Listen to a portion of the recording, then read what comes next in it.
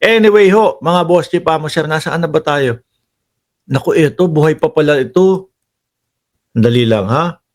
Yung ibang topic natin dito, sige, mamaya na tong ibang topic. Ito, buhay pa pala ito, no? O nagtatago. Si Badoy! Si Badoy! Mga kababayan, sino po ang nakakaalala pa kay Badoy? Opo, buhay pa ho, mga kababayan. Nagtatago lang. May banta po kay General Torre, no? Kasi si General Torre, mga boss chipamo sir, muli nang nagpapa-interview, siguro tapos na ho kasi yung kanyang yung kanyang bakasyon. Ngayon ho, mga kababayan, nakakapagpa-interview na ulit si General Torre. Ano sabi niya dito? Mensahe kay dating PNP Chief Nicolas Torre matapos ibasura ng korte ang kasong isinampa nito sa kanya. Mensahe kay dating, I want Nick Torre to know this is not over. Ayan. Not by a long shot.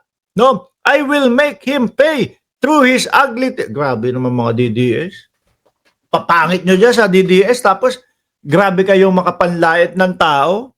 No, di ho ba? Meron nga ho akong isang nakita sabi ang itim-itim daw ni General Torre tapos nung pag-angat ng kilikili ay nako, putik na yan, puro banil ho mga kababayan. Ang hilig ng mga DDS na magsalpak ng mga pangungutya sa ibang tao. Samantalang ang papangit naman din ho nila doon, mga bossing. No? Tayong mga naturingang mga gwapo. Sabi, kapal na mukha nitong vlogger na ito. Hindi. Sige nga ho, mga kababayan. Bigyan nyo ako ng vlog ko na nangutya ako ng itsura ng tao. Di ba? Wala. May mga DDS lagi, ang papa... Naku sila ang papangit nila Jordan G. Sabi, huy, Not by a long shot, I will make him pay through his ugly teeth and it is I, not him, not any court that will say when it is over. Luknukan din kasi naman ng mga fake news itong mga pinapakalat nila Badoy doon sa kanilang SMNI di po ba? Nun nga lang hong inaaresto si Kibuloy kung ano-ano mga sinasabi nila Badoy. Si Badoy, sino ba yung dating NPA? Na mala NPA pa din ang kilusan hanggang ngayon. Si Eric, si Calvo, si Roque. Di ba? Puro fake news. Naalala ko dito kay Badoy, nung meron ho silang mautog sa Bulacan. Meron po silang mautog doon sa Bulacan. So ngayon yung may-ari nung lugar na pagdarausan nila, mga kababayan, hindi pumayag. No? Bandang huli, hindi na pumayag na pagdarausan o pagdausan nila ng kanilang rally. Bakit to? Kasi nalaman nila na, naku, mautog, puro paninira sa gobyerno ang mga isisigaw nila doon. Kaya ngayon, pinauwi ho sila. Ngayon, isama mo na si Atty. Toron. Isa din yan. Ngayon sa galit ho nila, doon sa SMNI, mga kababayan, nagbabalita sila, kesyo daw po inarmasan ng Pangulo o inarmasan daw po ng gobyerno, ng pamukpok, yung 300 katao daw ho, mga kababayan, na para po pupukin sa ulo yung mga magrarally o yung mga kapwa nila, mga mautog. Sabi ko, sandali lang. Yung mga vlogger nila, may mga hawak na cellphone, may mga hawak na mga camera. Di ba nagtatakbuhan niya doon, pinuntahan pa yung pulis kasi daw hindi pinapapasok sa lugar. Nung pagdarausan sana nila, pinuntahan nila yung pulis. Gamit-gamit, kala mo may riot to, mga kababayan May mga camera yun. Pero doon sa balita nila na inarmasan daw po ng gobyerno yung mga tao doon para pukpukin daw po sila sa ulo. Wala man lang na ipakita.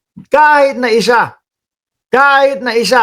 na video para sumuporta doon sa kanilang sinasabi. Di ba? Yung SMNI, ang lalaki ho ng mga camera niya, bakit wala silang naipakita? Eto yung mga tao na mamumukpok sa amin. Hindi pala rally, riot pala ang intensyon. Pagka sila ang kasama sa rally, ganyan no? Kasi manggagaling doon sa tagapagsalita nila, yung mga murahan. Tapos, gagalitin yung mga nandoon sa pinaggaganapan ng rally. O di ba? Gagalitin yung mga tao. Pagka ginalit na, sila magsusuntukan, sila mag-aawayan. No. Yan o yung lagi nating nakikita doon sa kanilang rally-rally, doon sa kanilang pawelga-welga sa mga pagtitipon nila. Sila nag-aaway. Nakita nyo nga yung isang beses, 2 DDS, nagsisigawan. Oh, miski, sabi ni Domeng Navarro, akala ko hindi ka nanlalait. Huwag mo namang sabihin mga pangit ang mga DDS. Totoo naman ang pag-iisip. Hindi, pangit naman kayong mga DDS talaga eh. No, pangit. Yung naknaputa. Sorry. Naknantinak pa. Paano? Palamura ho talaga ako sa totoong buhay. Pero, uy, di ba nga yung mga banateros ninyo, pag inisa-isa mo, yung mga mukhang mga sanggano eh. O, di ba?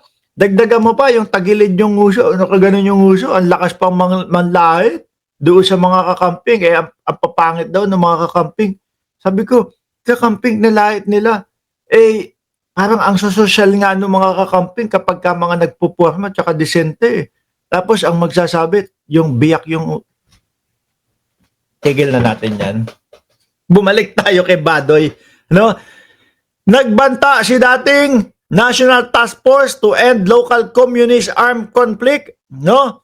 NTF-LCAC spokesperson Lorraine Badoy kay dating Philippine National Police PNP Chief, Nicolas Torre III, matapos ibasura ng korte ang kasong sedisyon na isinampa nito laban sa kanya at sa 13 pang kasama niya. Badoy, umuwi ka muna ng Pilipinas.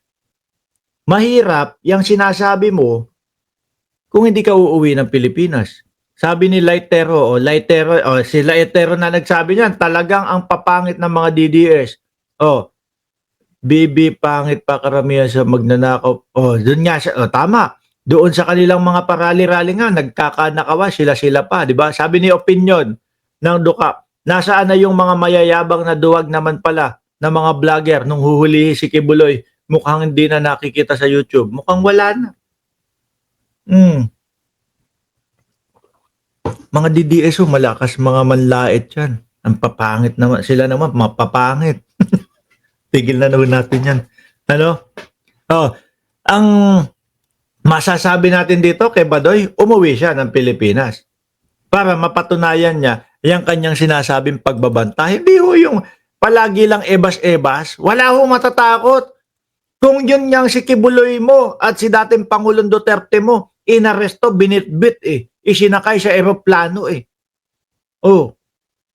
wala kayong nagawa Kayo pa kaya may pagganti-ganti ka pa. Meron pang pagbabantaho.